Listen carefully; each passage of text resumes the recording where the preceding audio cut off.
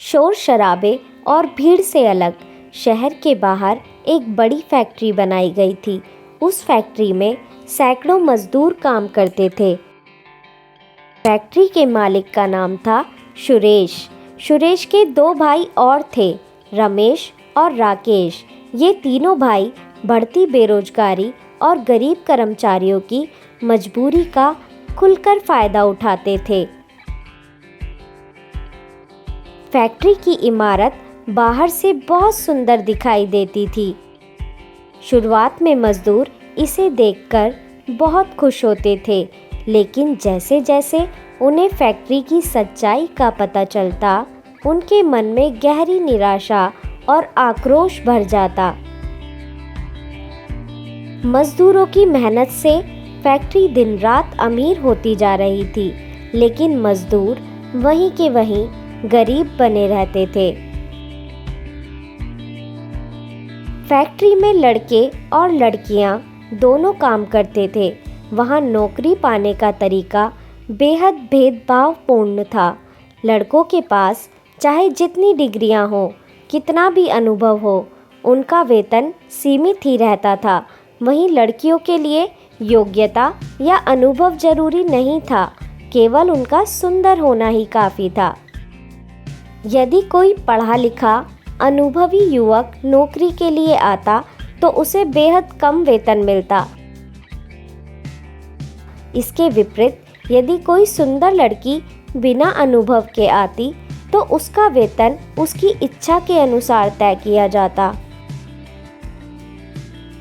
सुरेश की सबसे बुरी आदत थी अपने कर्मचारियों पर भरोसा न करना और छोटी छोटी बात पर उन्हें अपमानित करना। दिन भर ईमानदारी से मेहनत करने के बावजूद अगर किसी मजदूर को सुरेश एक पल के लिए भी किसी से बात करते देख लेता तो वह उसकी सारी मेहनत को नकार देता और उसे अपमानित करता। इस अंधेरी व्यवस्था में एक समझदार व्यक्ति था, मोहन। वह फैक्ट्री में मैनेजर के पद पर कार्यरत था। मोहन मेहनती था और कर्मचारियों की मानसिक स्थिति तथा उनके हुनर को समझता था, लेकिन उसकी एक बड़ी कमजोरी थी। किसी भी विवाद में वह हमेशा मालिक का ही पक्ष लेता, चाहे मजदूर सही हो या गलत। यही उसकी चाटुकारिता और धन लोलुपता को दर्शाता था। इसके बावजूद कुछ कर्मचारी जैसे संजीव और कृष्णा मोहन का बहुत सम्मान करते थे। सुरेश भी उसकी इस वफादारी से बहुत प्रसन्न था। मालिक और मैनेजर की यह जुगलबंदी और मजदूरों की अथक मेहनत के कारण फैक्ट्री दिन ब दिन पूरे देश में अपना कारोबार फैलाती जा रही थी। सब कुछ ठीक चल रहा था, तभी एक दिन फैक्ट्री में नीलू की एंट्री होती है।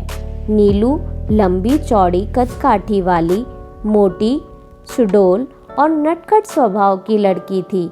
उसके चलने में एक अलग ही रौब था। लोग उसे देखते ही रह जाते थे। उसका इंटरव्यू स्वयं सुरेश ने लिया और वह पास हो गई। उसे फैक्ट्री में एक सामान्य पद मिला। नीलू न ज़्यादा पढ़ी लिखी थी, न अनुभवी और न ही सुंदर। फिर भी न जाने सुरेश को उसमें क्या दिखा कि उसने उसे नौकरी दे दी। नौकरी मिलने के बावजूद नीलू अपने पद से संतुष्ट नहीं थी। उसने एक योजना बनाई, फूट डालो और राज करो। उसका लक्ष्य था फैक्ट्री की मैनेजर बनना। वह इधर की बात उधर करने लगी और निराधार अफवाहें फैलाने लगी। उसने मोहन सहित सभी वरिष्ठ अधिकारियों के बारे में फैक्ट्री के मालिक सुरेश से शिकायतें एवं चुगली कर दी। इसका परिणाम यह हुआ कि सुरेश उस पर और अधिक विश्वास करने लगा। अंततः उसने नीलू की सभी कमियों को नज़रअंदाज करते हुए उसे फैक्ट्री का मैनेजर बना दिया। नीलू, तुम्हारी मेहनत और काम करने का तरीका काबिले तारीफ है। एक दिन तुम बहुत ऊपर जाओगी और आज से तुम इस फैक्ट्री की मैनेजर होगी। सर, आपने मुझे जो मौका दिया है उसके लिए मैं जीवन भर आपकी आभारी रहूंगी। आपके जैसे मालिक के साथ काम करना गर्व की बात है। आप जो कहेंगे, जैसा कहेंगे वैसा ही होगा। मज़दूरों पर मैं पूरी नज़र रख रही हूँ। कोई भी आपकी मेहनत और नियमों का गलत फ़ायदा नहीं उठा पाएगा।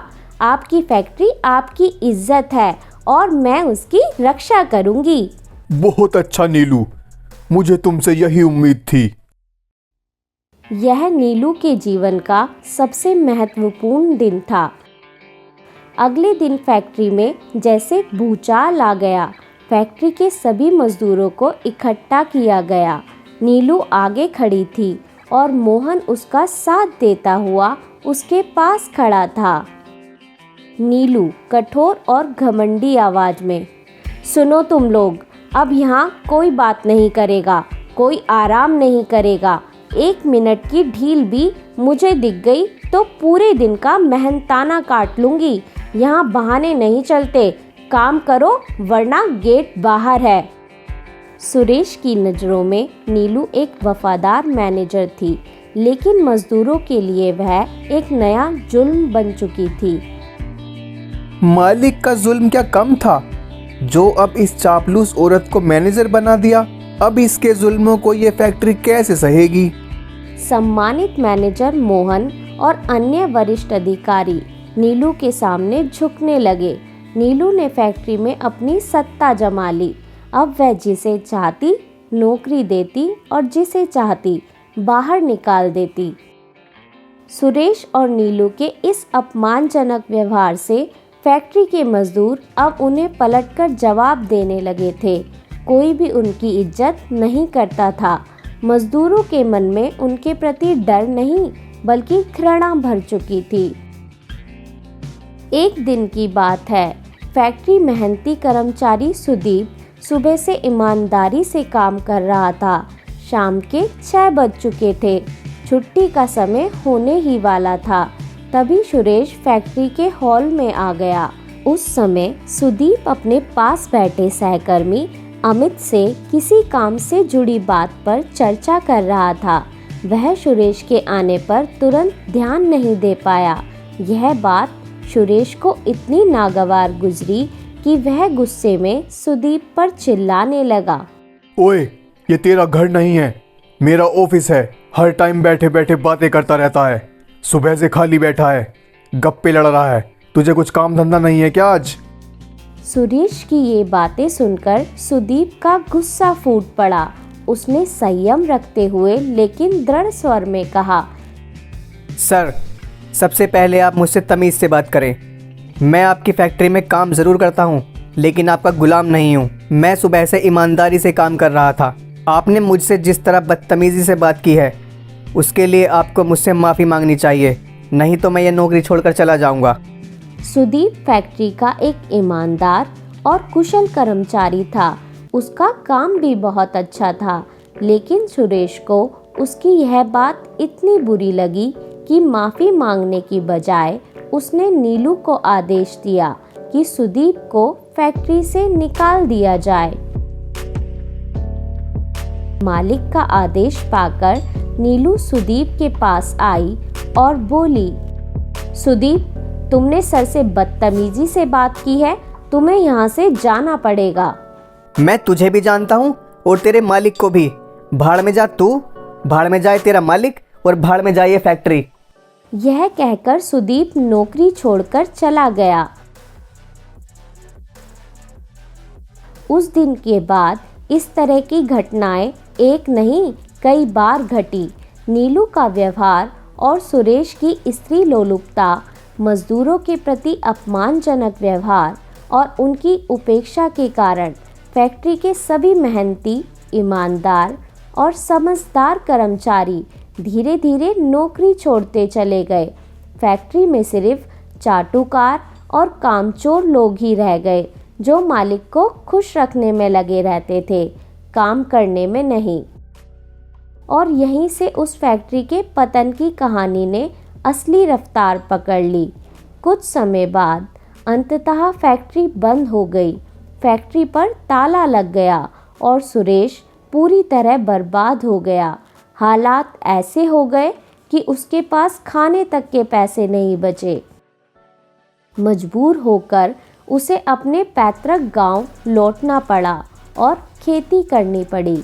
उसका परिवार जो कभी मजदूरों की मेहनत पर ऐश की ज़िंदगी जी रहा था, अब सुरेश के साथ खेतों में काम करने लगा।